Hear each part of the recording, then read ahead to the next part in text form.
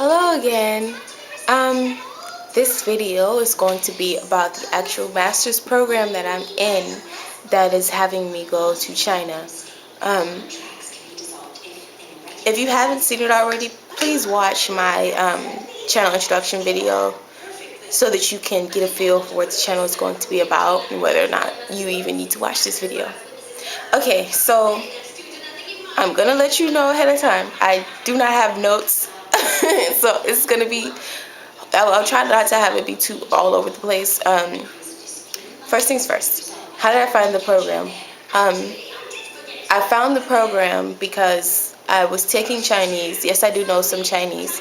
I was taking Chinese in my final year of undergrad, and the beginning of the second semester, someone saw I was working in the library at my school as well, and so I was at the front desk studying Chinese and practicing my characters.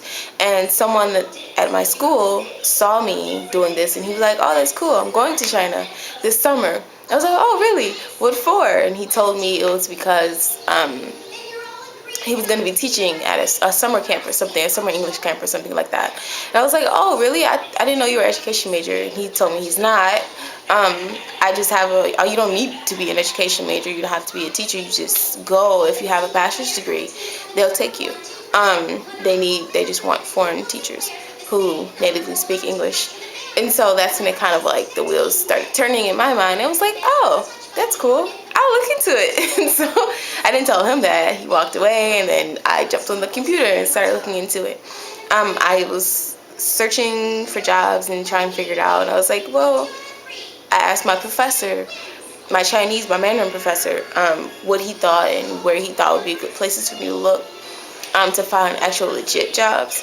And so he told me some websites, and one of them was Dave's ESL Cafe. And so if you're looking into this is a site that if you're looking into going to China for a year to teach English, then that would be the first place. Look, really, if you're looking into, I believe, Asia in general, Asian countries, like Japan and Korea and China and Taiwan and possibly India. I don't know about India though, but I know Japan, Korea, Taiwan are on the list, as well as Hong Kong. So daveseslcafe.com, DAVESESLCAFE.com. Okay, so I was looking on there and I was looking at different jobs and came across teach English in China for a year while earning a master's degree. I was like, what?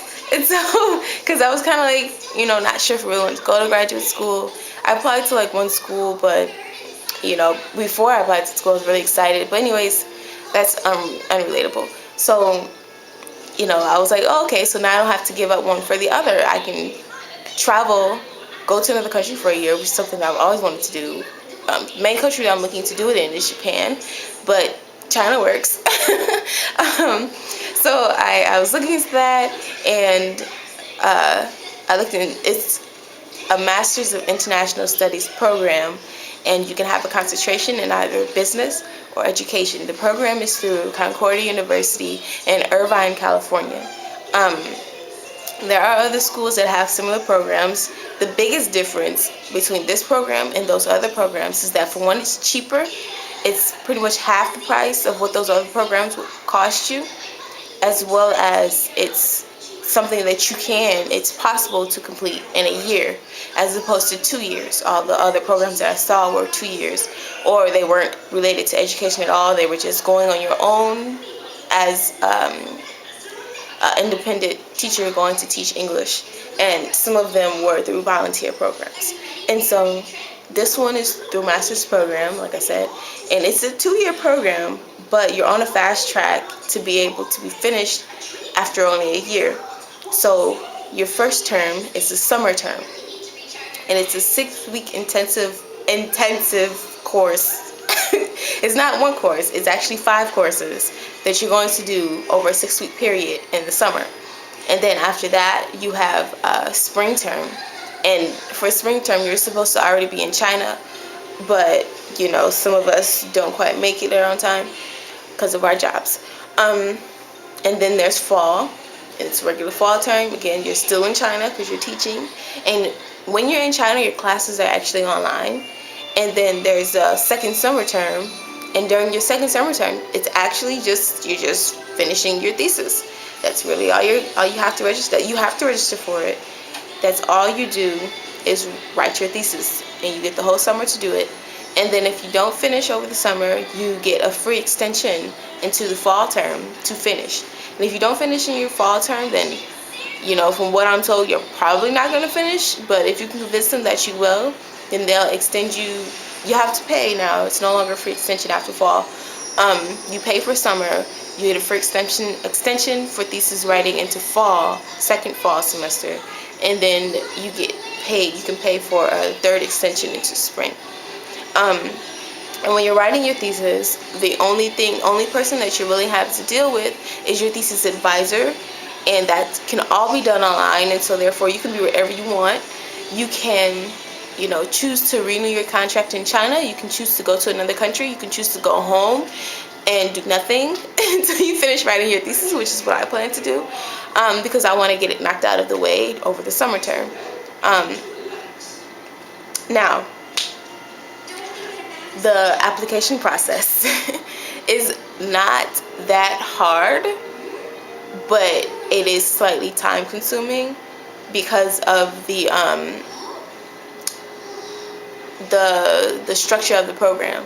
And it also depends on when you apply. I didn't discover the program until January of 2012. And the deadline was, the unofficial deadline was May 1st. And so after that point, it's just kind of rolling acceptance. If they still have space, people who haven't reserved their spots, then you get accepted and you have a chance to reserve your spot before anyone else does, and blah, blah, blah. I'll get into that. What am I trying to say? Okay, application process. You need to have a passport. If you don't, which I did not, because I've never been outside the country, you need to get a passport.